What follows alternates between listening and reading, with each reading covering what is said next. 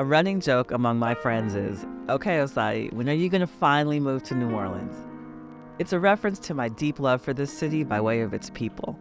Some of my family hails from other parts of Louisiana, but NOLA, our country's most African city, has my heart. I've followed New York-born, Senegal-raised Chef Serigne Mbaye since 2017. He consistently centers his culture and respect for tradition over optics and accolades. And I love his food. Vibrant, creative, and steeped in health and flavor. I joined him at his new restaurant, Dakar NOLA, up there on the Chef's Row of Magazine Street.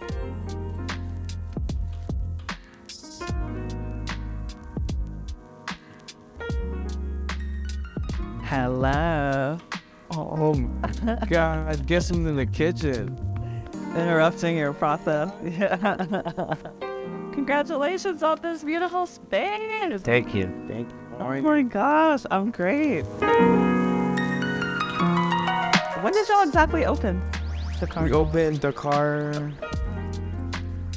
2.5 months ago. Yeah, it's super new. I think 2015, I decided, I want to work at one of the best West African fine dine restaurants. And couldn't find any. That really inspired me to man, maybe I should be the one to actually open up fine dine's West African restaurant. So you are making your interpretation of Senegalese and Black American foodways with ingredients, much of which is inspired here from the Gulf. Right. I was born in Harlem, but I grew up in Senegal. Yeah, I spent over a decade in Senegal. I was born in St. Luke Hospital, and I grew up in 114 in Morningside. Yeah. Many West African cab drivers. Many West African folks, period, will come to my mom's house to eat. Because I had that opportunity to understand what hospitality is. 2/3 of slaves that arrived in New Orleans came from Senegal. I learned a lot about how much the Senegalese folks really influenced New Orleans food. Yes. And I think it's that time to really claim our story and really benefit from it. Yeah.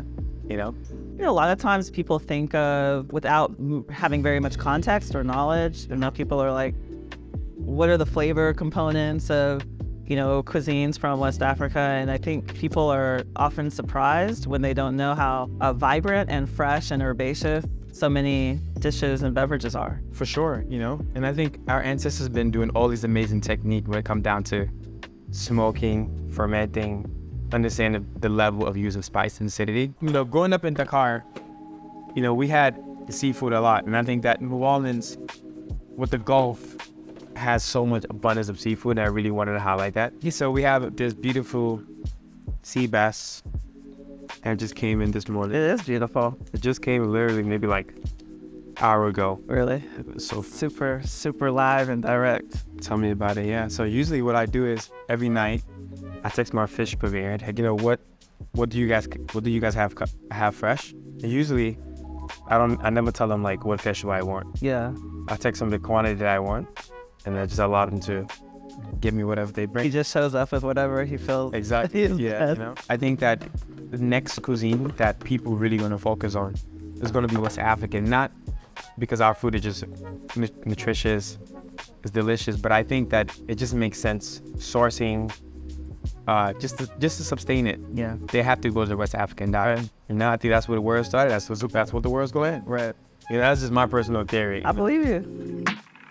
I know that, so you do a tasting menu here. Yeah. Tasting menu allow me to share a story. And I think that people are able to receive that message when they sit on that table. Yeah. You know the story what you're eating. No one likes being told about what they did to someone else, especially when it's a bad thing. But to do food, I think that is a way that you could deliver a message that it just seems more accepted within that moment and more understanding. A lot of times when people get overwhelmed by the painful parts of our food culture, it's important to realize it's never taken away from the enjoyment of the food. Let's go through the menu. But you start off with ataya. After they feed you, they take out they start this tradition called ataya, which is the tea ceremony. The moment you say yes, they have you in their home for another hour and a half.